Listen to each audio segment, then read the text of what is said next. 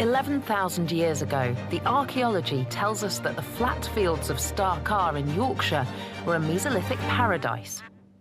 And one of the most amazing finds from the site is what looks like a pile of old wood that could be the key to explaining the life and beliefs of the people from Star Carr.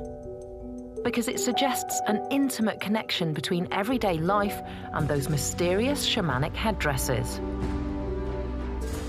These precious pieces of wood have survived for 11,000 years. They're now stored in a controlled environment at the University of York. This is actually the oldest evidence of carpentry that we've got in Europe. Wow. How can you tell? How do you know that that isn't just a piece of tree? Well, some of the pieces have been split, and you can see that. I mean, I'm going to be really, really careful with this piece here. Okay. But if I just turn it round here, we have pieces which are very thin. One piece going that way, and then this is a piece underneath. Wow, so that's basically a plank. Yeah, it's been split. And that's using some kind of flint-bladed axe? Yeah, just to chop the tree in half? Yeah, just using flint axes, and there are lots of flint axes found from site.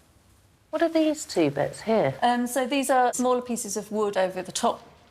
You can see actually underneath this one there's another timber underneath, and so it looks like they were laying down one layer and then putting down another and then another on top of it as well.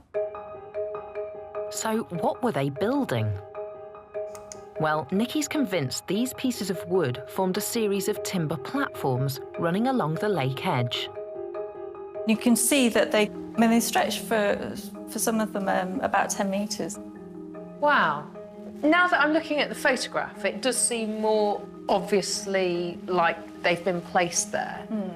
But can you be sure that this isn't just, I don't know, there was a heavy rainfall and the water just washed this wood into a big pile? I mean, the way that they've been placed on top of each other, they're very clearly put there. And there's not only just that one, there are 3 of these platforms on the side of the lake, and they all date to slightly different periods of time. So for the 800 years that people are there, probably by putting these timbers down, they're stabilising the lake muds and make it easier to get out into the lake. But what were they doing on the lake? I guess the platforms would make a great spot for fishing. Even Clive could catch something from one of these. Or they could have been jetties to pull out small boats. But Nikki thinks the platforms went far beyond the purely practical. They're all doing some strange things at Star Carr. You know, they're depositing artefacts like the headdresses in the lake. And so you do wonder whether actually there might be some kind of ritual element to the use of the platforms as well. This may sound like a crazy theory, but it's not.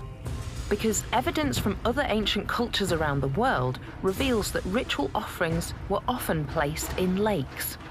Water was spiritually important. So these platforms could have been stages on which shamanic rituals were performed and offerings made into the lake. And the evidence makes one thing crystal clear. These practices and beliefs endured here for hundreds of years.